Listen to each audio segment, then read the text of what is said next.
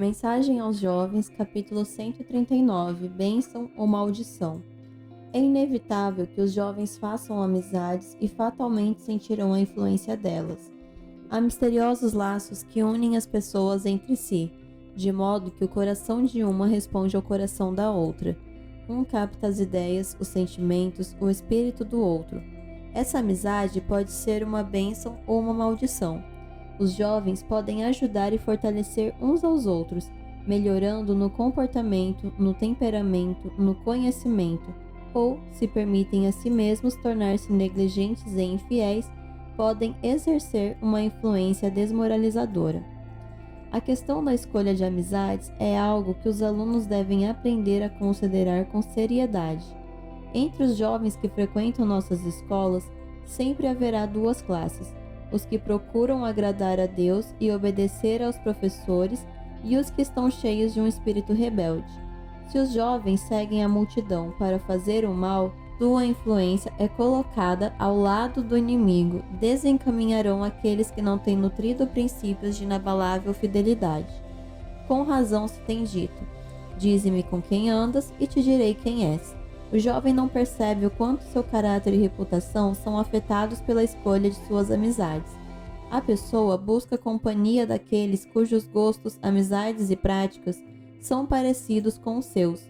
Os que preferem a companhia dos ignorantes e viciados à dos sábios e bons mostram que seu próprio caráter é defeituoso.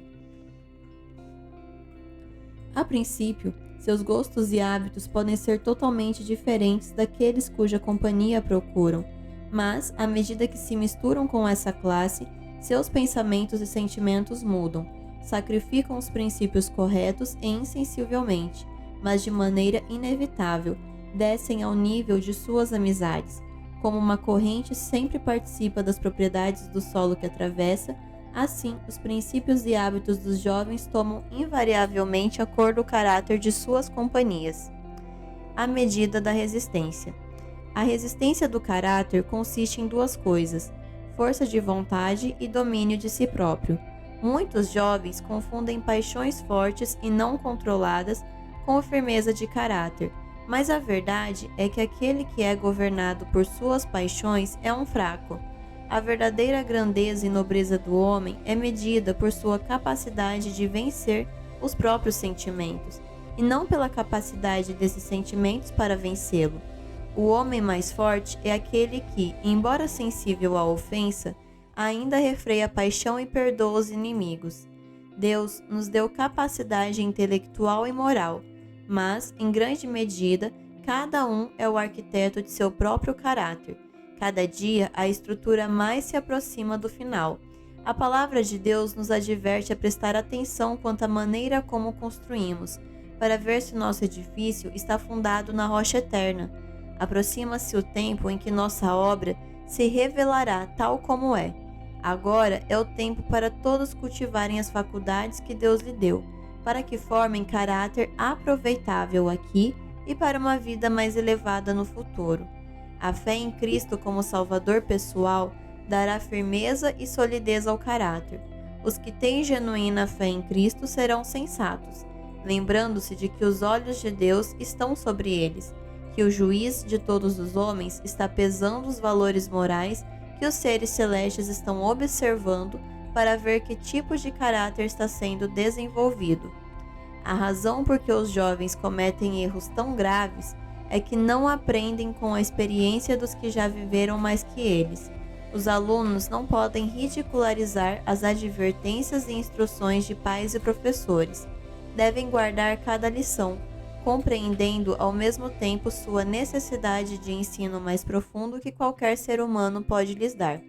Quando Cristo habita no coração pela fé, seu espírito se torna uma força para purificar e dar vida à pessoa. A verdade no coração não pode deixar de exercer influência corretiva sobre o viver. Lembrem-se os alunos que estão longe de casa, não mais sob a direta influência dos pais, de que o olhar do Pai Celeste está sobre eles. Ele ama os jovens, conhece suas necessidades, compreende suas tentações, vê neles grandes possibilidades e está pronto a ajudá-los a alcançar o mais elevado padrão. caso reconheçam suas necessidades e busquem nele o auxílio. Estudante, noite e dia as orações de seus pais sobem a Deus em favor de você. Dia a dia seu amorável interesse o acompanha. Ouça suas súplicas e advertências, e decida que, por todos os meios ao seu alcance, se colocará acima do mal que o circunda. Você não tem ideia de quão traiçoeiramente o inimigo trabalhará para corromper-lhe a mente e os hábitos, e desenvolver em você princípios incorretos. Você talvez não veja o perigo real ao dar o primeiro passo na futilidade e na busca do prazer, e pense que quando desejar mudar de atitude, será capaz de proceder corretamente com tanta facilidade como antes de se entregar ao mal. Mas isso é um engano. Pela escolha de más companhias, muitos têm sido desviados, passo a passo do caminho da virtude, para os abismos da desobediência e libertinagem, em que antes achariam impossível imergir. O aluno que se rende à tentação enfraquece sua influência para o bem, e aquele que, por um procedimento errado, se torna agente do inimigo, deve prestar contas a Deus pela parte que desempenhou em pôr pedras de tropeço no caminho de outros. Por que os estudantes se uniriam ao grande apóstata? Por que se tornariam instrumentos para tentar a outros?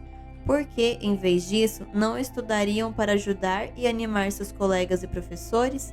É seu privilégio auxiliar os professores a levar os fardos e enfrentar as dificuldades que Satanás desejaria tornar desanimadoramente pesadas e difíceis. Podem criar uma atmosfera benéfica e animadora. Todo estudante pode experimentar a consciência de estar ao lado de Cristo, mostrando respeito pela ordem, diligência e obediência, e recusando-se a dar o mínimo que seja de sua capacidade ou influência ao grande inimigo de tudo quanto é bom e que eleva. O estudante que tem conscienciosa consideração pela verdade e uma verdadeira concepção do dever pode fazer muito no sentido de influenciar os colegas na direção de Cristo. Os jovens que estão unidos ao Salvador não serão indisciplinados, não considerarão egoístamente o prazer e satisfação próprios, porque são um com Cristo em espírito, serão um com Ele em ação. Os estudantes mais velhos de nossas escolas devem lembrar-se de que está em seu poder moldar os hábitos e práticas dos alunos mais novos, e deveriam aproveitar ao máximo cada oportunidade de o fazer. Decidam esses estudantes não entregar seus companheiros nas mãos do inimigo através de sua influência. Jesus ajudará a todos os que confiarem nele. Os que estão ligados com Cristo têm felicidade ao seu dispor. Seguem o caminho que o Salvador mostra, crucificando por amor dele a natureza humana, com suas inclinações e desejos. Eles firmaram suas esperanças em Cristo, e as tempestades da terra não têm poder para movê-los do firme fundamento.